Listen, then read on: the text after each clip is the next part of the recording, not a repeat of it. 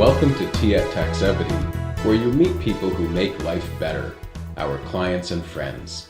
My name is Pramod Sharma, and today our guest is Carol Roberts, the founder and CEO of Stellar by Choice Consulting.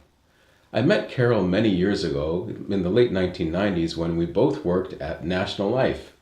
We were in different departments. I was in life insurance and she was in the investment side.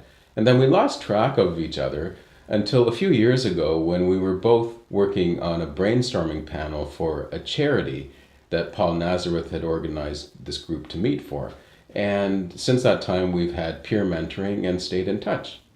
I'm looking forward to our conversation today, which will be on the topic of how to become a preeminent leader. Welcome to our program, Carol. Thank you. It's a privilege to be here. Thanks for having me. Okay, what is leadership? Leadership. It seems like such a very simple question, and yet it's such a complex endeavor. Leadership, to me, is taking the lead or putting yourself out front and rallying behind a cause, a mission, or your values. It's putting your values out front and it's leading people. Okay, because you hear a lot of people who call themselves leaders, but it doesn't seem like they really are. It almost seems to be a label that people assign. And I would have to agree. I think there are certain really true characteristics that most leaders embody. I think there are indelible characteristics that a real leader embodies, and I think when you look through history, even to present, you'll see that the leaders that actually stand out, or the ones that I like to refer to as preeminent, share a lot of common traits. Okay, now what do you mean by preeminent? Okay, so we have good, we have great, we have excellent, and then there is what I would refer to as preeminence, which means outstanding, matchless, without peer. And there are some leaders that have no peer. They are standalone. Okay, and those are the type of leaders that we should aspire to be. I would say yes, because I think currently, if you look in any particular field or endeavor, we right now have a deficit in leaders. Even if we look at our recent elections, a lot of people didn't go out to the polls because they didn't have faith in our leaders. Well, we have to ask ourselves, why is that? Why is it that people have lost faith in leadership? And when you start looking at organizations that have crumbled due to corruption and due to self-serving, why are we not addressing the issue of leadership? And so that's one of the things that and if you look in bookstores, there's so many books on leadership. Well, then why are people gobbling them up? Because they're obviously interested in what does it take to be, a great leader and even, a preeminent leader. What is it that makes people follow and value your opinion? Now, what would set a preeminent leader apart from a regular leader? Well, I think if we're looking at pecking order of characteristics, I think preeminent leaders, first of all, there are three things that I would identify that preeminent leaders have.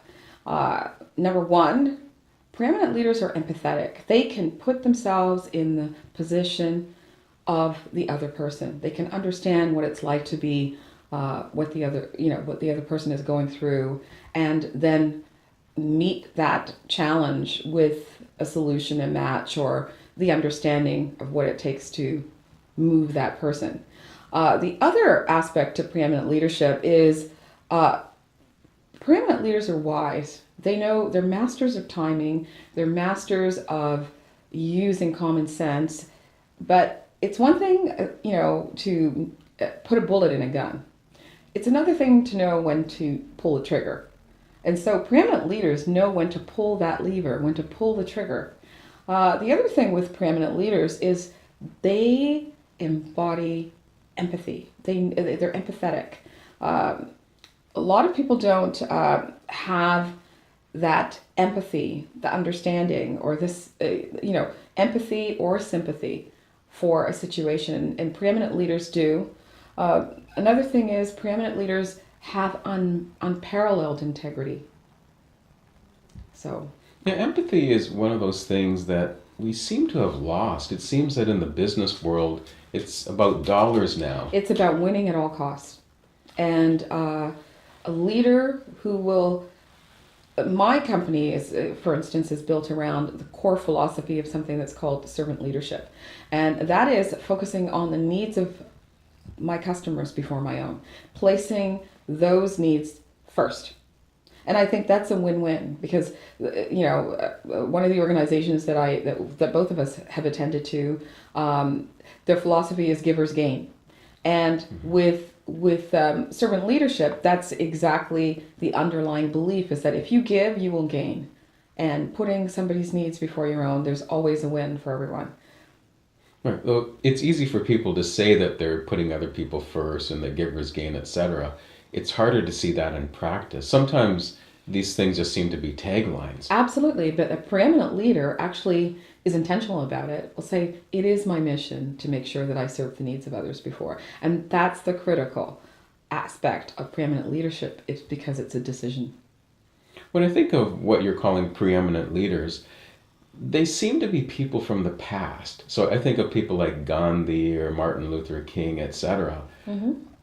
Do we have preeminent leaders these days? We certainly do. One of my personal heroes is a woman by the name of Temple Grandin. I think Showtime or HBO made a movie about her, and she changed the whole way that slaughterhouses treat animals for the ethical, treatment of slaughter of animals. And Temple Grandin was somebody who was written off by society. Doctors told her mother institutionalize her because she had autism. She didn't speak until the age of 4 or 5, and her mother was a strong-willed woman who refused and thought counterintuitively. She thought, there is a way to communicate with my child. I just have to figure it out. And she sent her to an aunt for a summer vacation, and there she,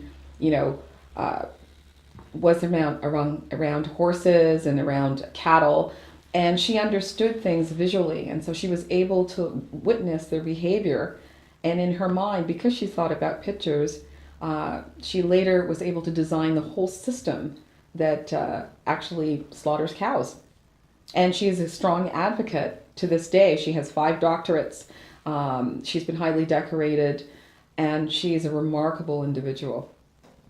Okay, well, it's good to know there are some examples. That's just one of many.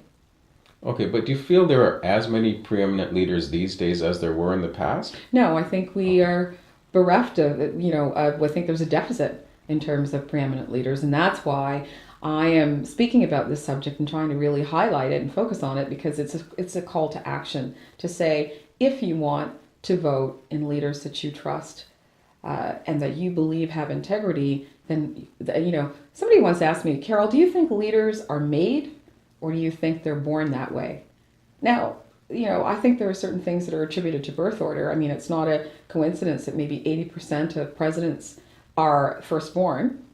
I think by birth order, sometimes you are a natural leader. I'm a firstborn, and I know inherently I just lead because I'm so used to, being in charge of sort of my brother and sister. And I think a lot of people who are, in terms of being the eldest, do that. But I think that an excellent leader, a preeminent leader, can be made.